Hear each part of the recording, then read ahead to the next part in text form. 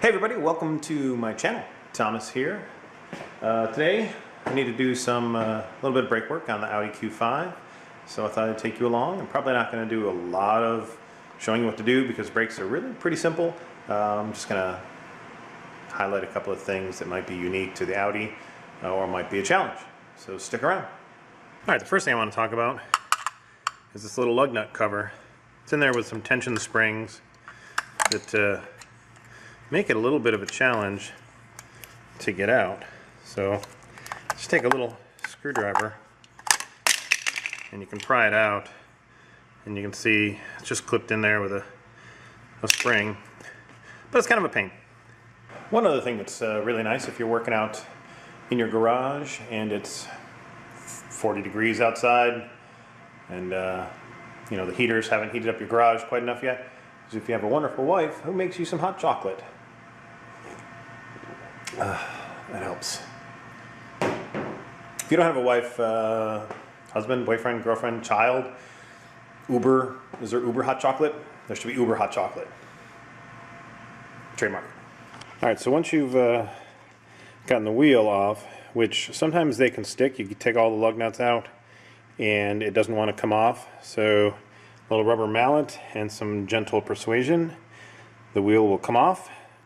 It'll be maybe some WD-40 or PB Blast or something to kind of free it up.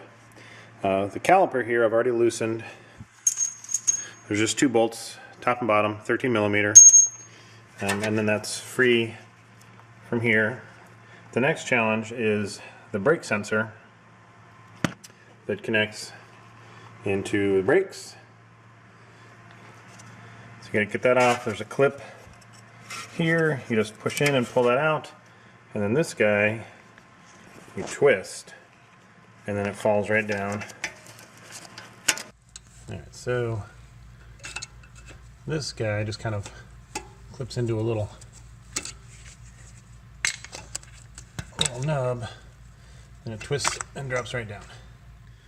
So this front pad just clips into the piston there, and you can see there was, maybe you can see, there was not much brake pad left on this thing.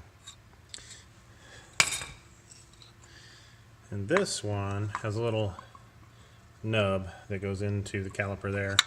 Also, not much brake pad left. So we were near death. One other thing of note, if you do a lot of work on brakes, it's a good idea to just buy one of these. But if you don't do work very often on brakes, you can go to your AutoZone, Advanced Auto, and they tend to have a tool loan program where you can just borrow these from them. It doesn't cost you a penny as long as you bring it back. I think I had one, I accidentally kept it for like 3 or 4 months. They still took it back, didn't charge me a dime. It was awesome. But I went ahead and bought it. I think it was 150 bucks, and it will come in handy. It's used to retract the pistons. It also has some of these guys that will twist in your rear emergency brake. I don't think it works on the Audi because it's got the electronic parking brake. So when I go around, get around to doing the rear brakes, we will tackle that challenge when it comes up. And if you don't have a kit like this, regular old C-clamp will do the job. You can just put it around the caliper like that and start twisting it in. Okay, to take the caliper off, take the rotor off, the caliper mount needs to come off. There are a couple of 2 bolts here and here. Once you get those off, you see this is nice and loose. This will come off, and then we have a little torque strap. I think that's, I don't know, small, T20 maybe. Something like that. Take that off. Then the rotor should come off. Probably gentle persuasion required yet again. Everything else, reverse order. And you're done. Alright, to save you guys having to think, it is a T30.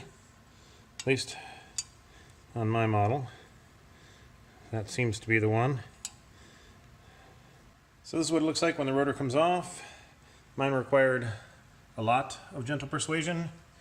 We had to get out the sledgehammer and beat the snot out of it, but you can see the rust here that was holding it on. But it comes off. So there you go. So just for the sake of a fun comparison, that is the brake pad that was on the vehicle. This is the replacement. Man, we were near death. So the brake pad that goes up against the backside here has this little sticker on there that tells you, pulls off before you put it on there. There's some sticky backing on there to help hold it in place.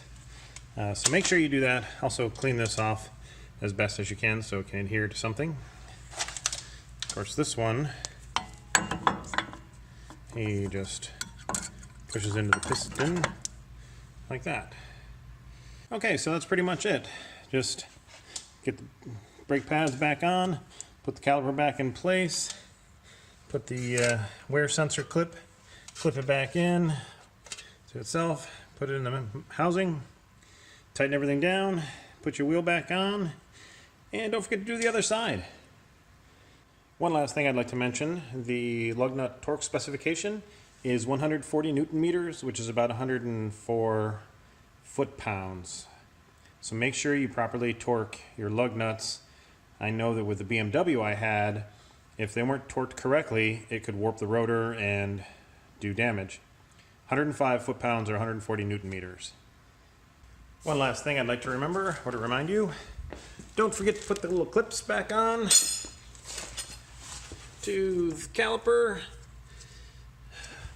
Otherwise, you might have to take the wheel back off, put the clip on, and put the wheel back on. Not that that happened here or anything. It's just